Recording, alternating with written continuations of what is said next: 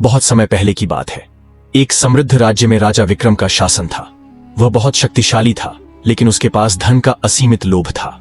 उसे लगता था कि जितना ज्यादा सोना इकट्ठा करेगा उतना ही महान बनेगा। इसलिए उसने अपने पूरे राज्य में ऐलान करवा दिया, जो भी उसके खजाने में सोना बढ़ाएगा उसे भारी इनाम मिलेगा। यह सुनकर राज्य के व्यापारी, कारीगर और आम लोग भी राजा को खुश करने के लिए अधिक से अधिक सोना इकट्ठा करने लगे। लेकिन इससे राज्य के लोग गरीब होते गए और भूखमरी फैलने लगी। प्रजा दुखी थी, लेकिन राजा को अपने खजाने की चिंता थी। एक दिन एक वृद्ध साधु राजा के दरबार में आया। उसने राजा से कहा, राजन, मैं आपके लिए एक ऐसा जादुई वरदान लाया हूं जिससे आपका खजाना कभी खाली नहीं होगा। राजा यह सुनकर बहुत खुश हुआ और बोला, जल्दी बताओ, मैं कुछ भी करने को तैयार हूं। साधु ने राजा को एक चमकता हुआ पत्थर दिया और कहा, यह जादुई पत्थर है। जिस भी वस्तु को तुम अपने हाथ से छुओगे वह सोने की बन जाएगी। लेकिन एक शर्त है, तुम इस वरदान को कभी नहीं छोड़ सकते। राजा खुशी से झूम उठा और उस पत्थर को अपने पास रख लिया। राजा ने सबसे पहले अपनी कुर्सी को छुआ और वह सोने की बन गई। फिर उसने अपना सिंहासन छुआ और वह भी सोने का हो गया। वह खुशी से उछल पड़ा। उसने महल की दीवारें, खिड़कियां, यहां तक कि अपना भोजन भी छू लिया और सब कुछ सोने में बदल गया।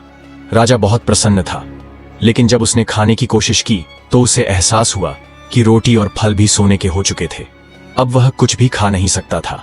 इतने में उसकी छोटी बेटी राजकुमारी सुहानी दौड़ती हुई आई और बोली, पिताजी, आप इतने खुश क्यों हैं? राजा ने उसे गले लगाया, लेकिन जैसे ही उसने अपनी बेटी को छुआ वह भी एक सोने की मूर्ति में बदल गई। राजा घबरा गया और रोने लगा। उसने अपनी बेटी को हिलाने की कोशिश की, लेकिन वह कठोर सोने की बन चुकी थी। राजा को अब अपनी गलती का एहसास हुआ। वह भागा भागा साधु के पास गया और गिड़गिड़ाने लगा, मुझे क्षमा कर दो, मेरे लोभ ने मेरी बेटी को छीन लिया। इस श्राप को समाप्त करो। साधु मुस्कुराया और बोला, राजन, अब तुम्हें समझ में आया कि लोभ का परिणाम क्या होता है। राजा ने सिर झुका लिया और कहा, हां, मैं समझ गया। मैं अब अपने धन को प्रजा की भलाई के लिए उपयोग करूंगा। साधु ने राजा को एक चमत्कारी जल से भरा कलश दिया और कहा, इस जल को अपनी बेटी और उन सभी चीजों पर छिड़क दो जिन्हें तुमने सोने का बना दिया था। राजा ने जल्दी से अपनी बेटी पर वह जल छिड़का और देखते ही देखते वह फिर से जीवित हो गई। राजा की आंखों से आंसू बहने लगे और उसने अपनी बेटी को गले लगा लिया। इसके बाद उसने अपने महल और राज्य की अन्य वस्तुओं को भी उनके असली रूप में लौटा दिया।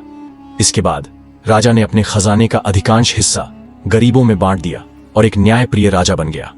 उसने सीखा कि असली सुख धन में नहीं, बल्कि संतोष और प्रेम में होता है।